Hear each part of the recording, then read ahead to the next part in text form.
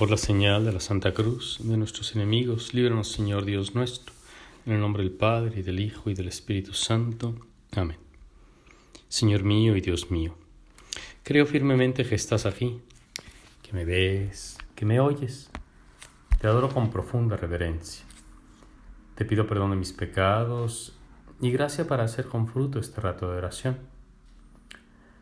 Madre mía Inmaculada, San José mi Padre y Señor, Ángel de mi guarda, intercedan por mí.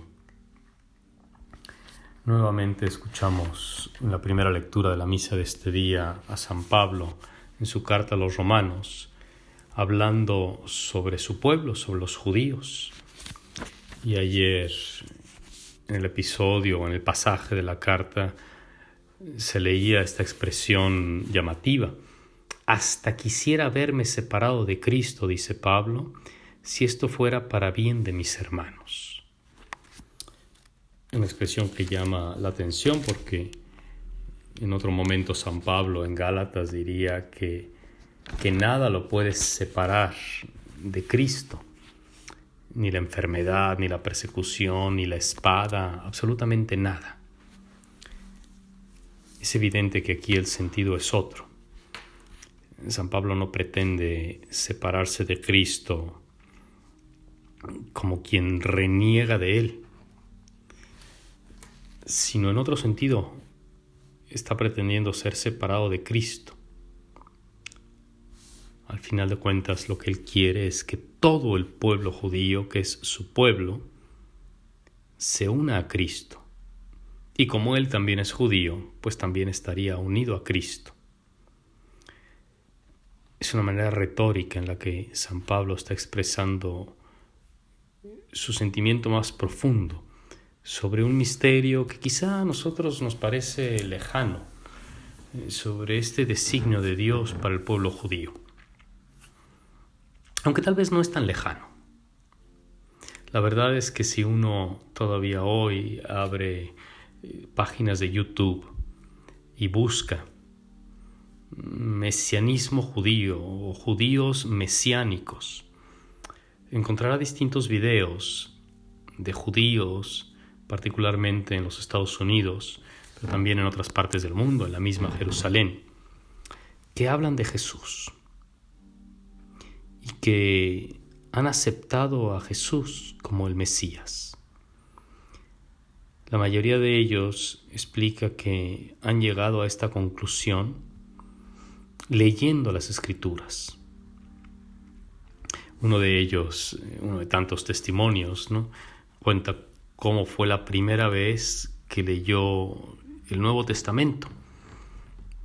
A nosotros nos parece obvio el Nuevo Testamento y leer la carta de San Pablo a los romanos nos parece cosa de todos los días.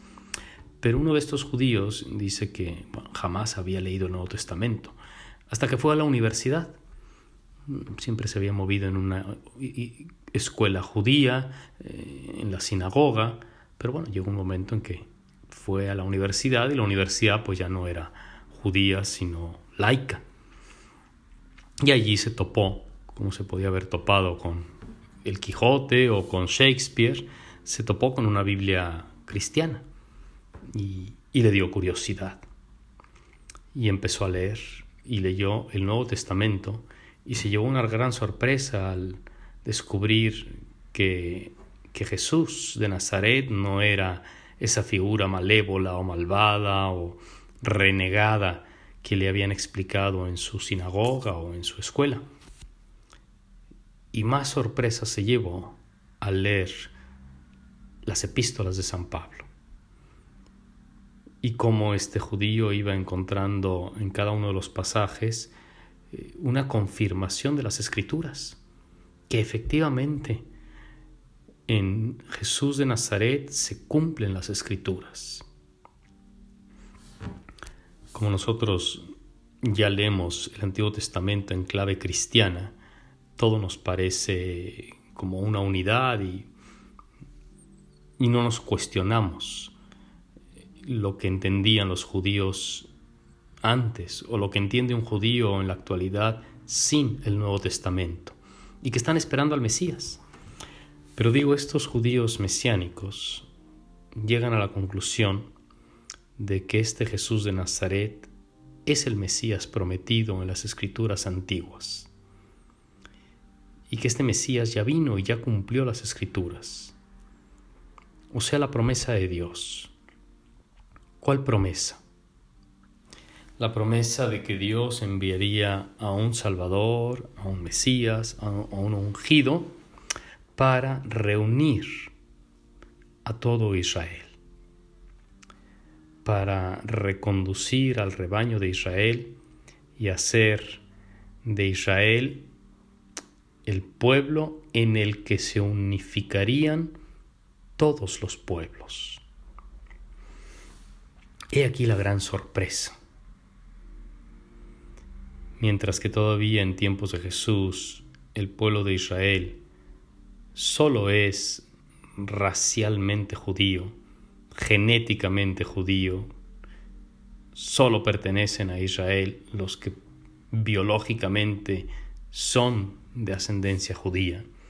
La promesa escondida en las Escrituras es que todos los pueblos serían Israel, que habría un solo pueblo, en el que ya no habría diferencia, pero todos serían, como decirlo así, judíos. Y es de esto de lo que está hablando San Pablo, cuando dice que en Cristo Jesús se ha roto el muro que separaba a los dos pueblos, haciendo de ambos uno solo. Porque en efecto, en los momentos en que el cristianismo eclosionó, explotó, por decirlo así, en el mundo, se empezaron a mezclar, formando un solo pueblo, los cristianos que venían del judaísmo y los cristianos que venían del paganismo, sin distinción de raza, de lengua, de cultura, y se ha formado un solo pueblo. Con mucha probabilidad la mayoría de los cristianos tenemos ascendencia judía, porque de ahí salieron la mayoría de los cristianos. Pero independientemente de este dato que puede ser más o menos anecdótico, lo que es cierto es que no todos los judíos acogieron a Cristo. Y es sobre este resto, sobre estos pocos que no lo acogieron, especialmente las autoridades, a quienes San Pablo dirige como su lamentación.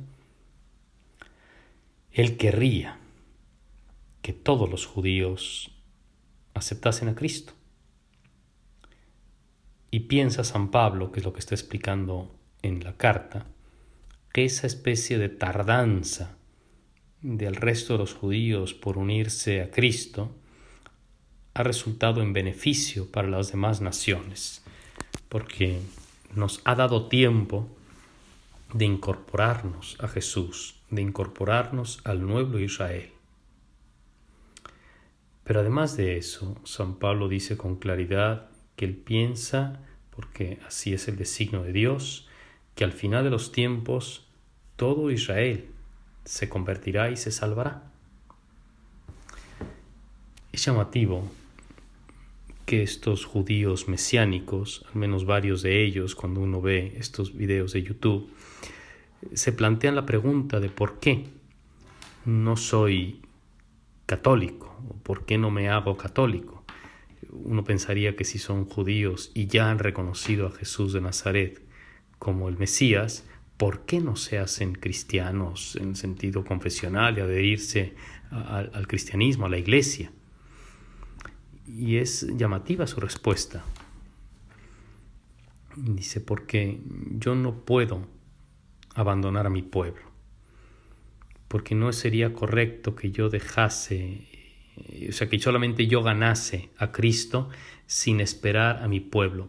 Y en pocas palabras están diciendo que quieren como que esperar al resto de Israel, porque nos faltan los demás, porque queremos estar todos, y piensan que su apostolado consiste en ir convenciendo a otros judíos de aceptar a Jesús, para que se convierta todo Israel y no cada uno individualmente. Es llamativo, pero denota o revela lo que hay en un corazón judío de la actualidad. Los mismos sentimientos quizá de San Pablo. ¿Qué no será la reintegración de todo Israel en la iglesia, en Cristo? ¿Qué no será eso? Será una especie como de resurrección. Porque por lo que toca a la elección de Dios, son muy amados de Él en atención a los patriarcas, porque Dios no se arrepiente de sus dones ni de su elección. Oremos mucho por el pueblo judío, pero oremos como oraba San Pablo, oremos como oran estos judíos piadosos, oremos pidiendo que conozcan, que amen, que se adhieran a Cristo, que sigan al Mesías. Oremos por los judíos para que efectivamente se cumplan en ellos las promesas, porque Dios no se arrepiente de sus dones ni de su elección. Te doy gracias, Dios mío, por los buenos propósitos, afectos e inspiraciones que me has comunicado en este rato de oración. Te pido ayuda para ponerlos por obra. Madre mía Inmaculada, San José mi Padre y Señor, Ángel de mi guarda, intercedan por mí.